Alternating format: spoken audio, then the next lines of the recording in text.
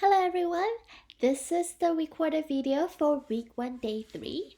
I am Mrs. Fan and today our opening question is there is a winter storm coming to the Bay Area this few days. This is an example of climate. Would that be true or false?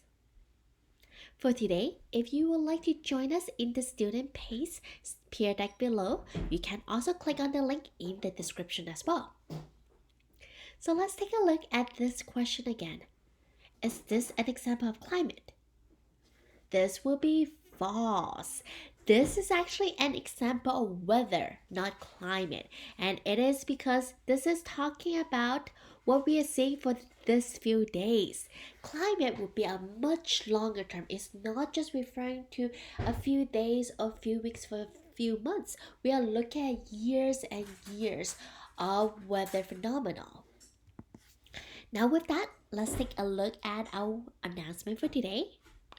For the coming 2 weeks, we will have puberty talks starting on February 1st. Second, our Zoom link will be placed on top of classwork for all the classes. So right here, when you come to Google Classroom, click on classwork and the first thing that you see will be our Zoom link. That is the link that we are going to log on to. So with that, in our class, we did 2 polls. Our first poll is talking about how you are feeling about Zoom right now, and also are you ready to log on Zoom directly next Monday or Tuesday. Majority of the students either put they really like Zoom or they it's okay but they're getting used to Zoom.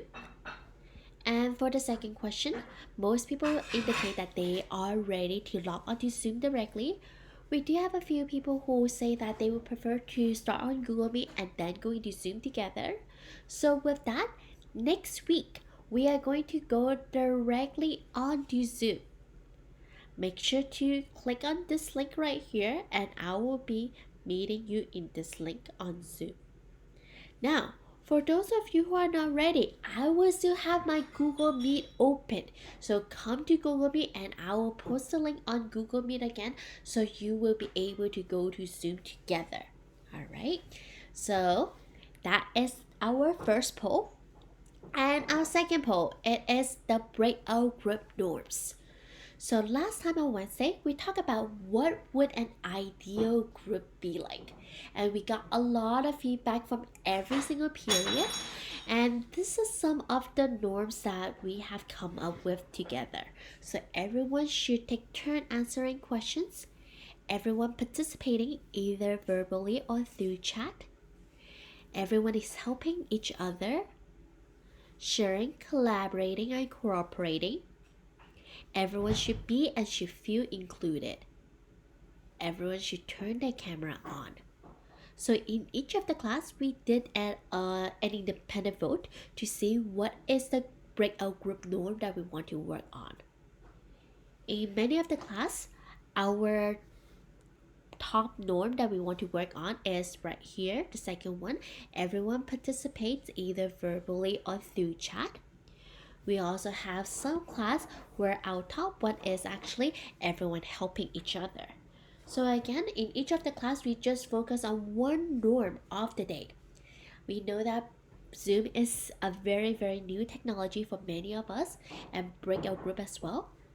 But I hope that through this time that we can discuss what we want the breakout group to look like, that we can make it better and better.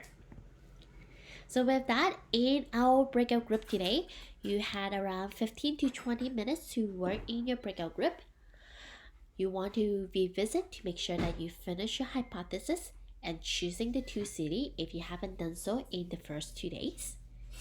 And our goal today is to finish collecting the data. Let's take a look in our agenda. You first have time to work in your breakout group to collect data of around 15 to 20 minutes. And then we come back to the main room for the data analysis. And then you also have time to work independently on the CER. Let's take a look at what data you need to collect. In your week 1, day 1 comparing climate lab, you want to make sure to record the location, the latitude, highest and lowest temperature, and the climate observation. Let's take a look at Gizmo. Again, you will find the latitude on the very first tab, that's a world map. On the third tab right here, data, this is where you are able to take a look at the average temperature from January to December. Again, you want to find the month with the highest temperature and the month with the lowest temperature. And third, you want to take a look at the month with the highest temperature, and you want to describe what you see in the picture. So in the example of New Year, the latitude was 40 degrees north, highest temperature was 77 degrees Fahrenheit, lowest temperature was 32 degrees Fahrenheit. And for the observation, in the month of July, which is the month with the highest temperature, the lawn looks green and the sky looks clear.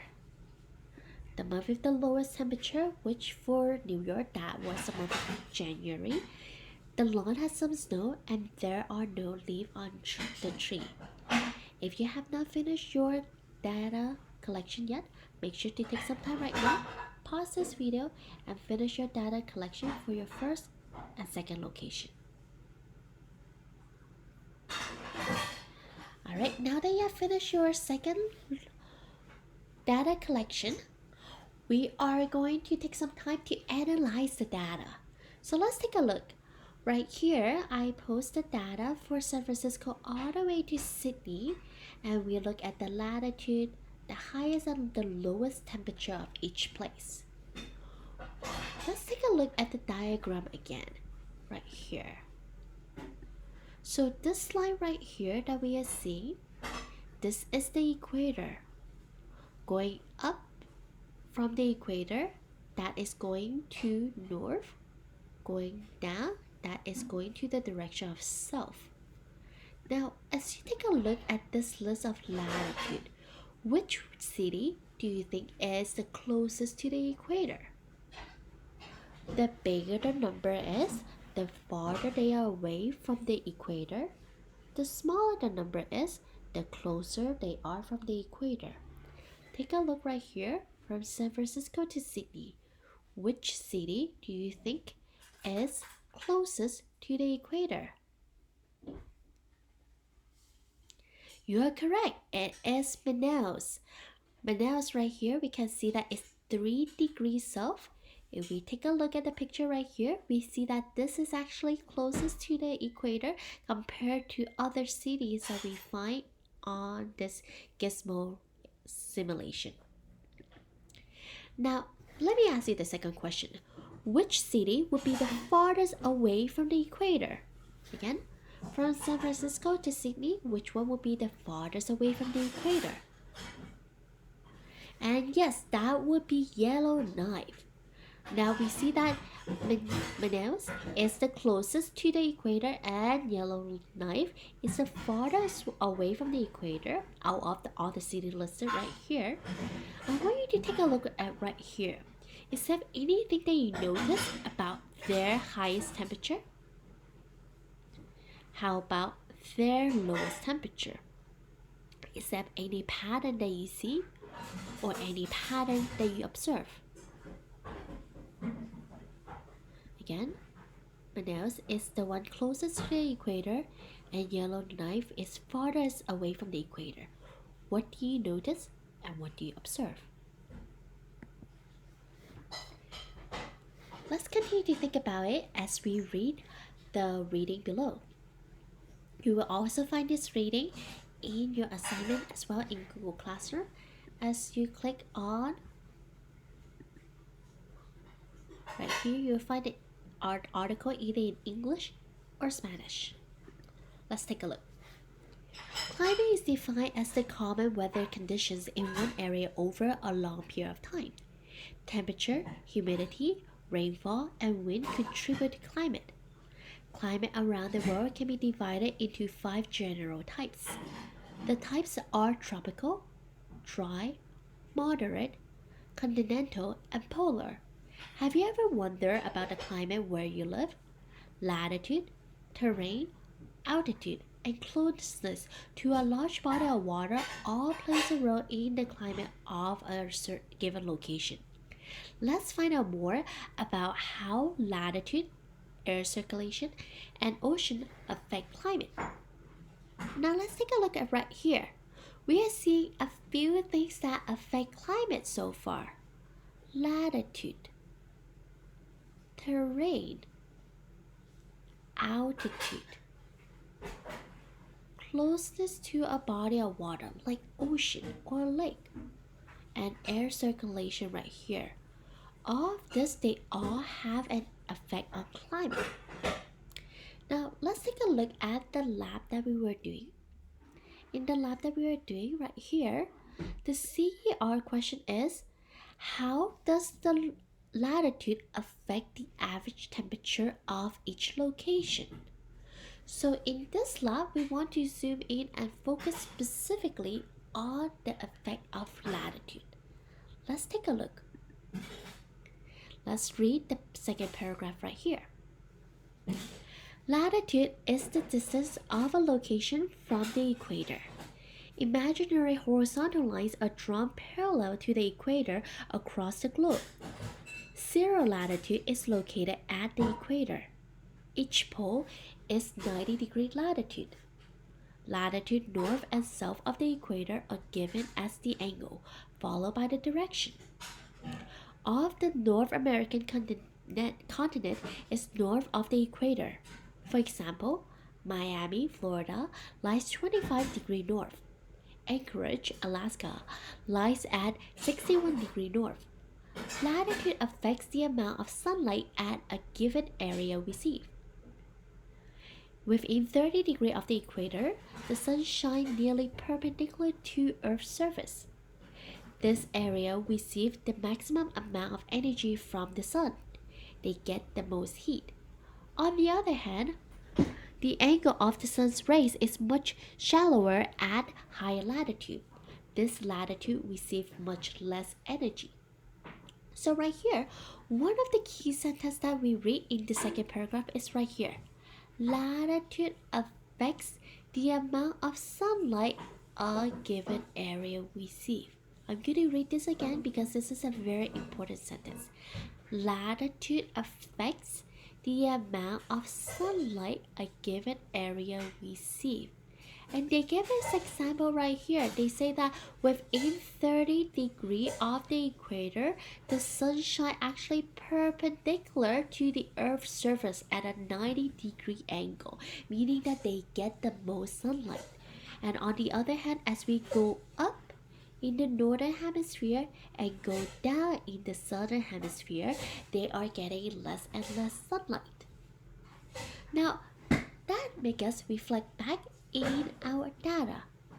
Earlier, we say that Manaus at 3 degrees south has the highest temperature at 82 degrees Fahrenheit, and the lowest temperature is 79 degrees Fahrenheit. Yellowknife, on the other hand, their highest temperature is 63 degrees Fahrenheit, and the lowest temperature is negative 15 degrees Fahrenheit. We see that in most of the month in Manaus, whether it's in the summer or winter time, the temperature is actually almost similar. It's all around the high 70s to the low 80s. We also see that in the month of the lowest temperature for all the months right here, we see that Manaus have the highest temperature out of all of the cities. And one of the reasons that we see based on this article is the fact that latitude affects the amount of sunlight a given area receives. So with that, now we take some time to analyze the data and also talk about the data. Make sure that you take some time to finish your CER. Again, just remember for your CER, make sure that you have a claim, evidence with numbers from your data table. You can also rewind in this video to take a look at the data analysis. And reasoning, you can also pull quotes from the reading that we just read. For those who finish early, you can also complete the assessment question on Gizmo. Right here on the bottom right here, there are 5 different assessment questions. You can also complete this assessment question for extra credit. You get zero point 0.5 extra credit point for each correct answer that you complete. You can also continue to read the article. Today we focus on the effect of latitude. You can also continue to read about the effect of other factors on climate as well. Again, remember, the article is available in both English and in Spanish in your Google Classroom. If you have any question, feel free to let me know. Otherwise, have a wonderful day. Bye everyone.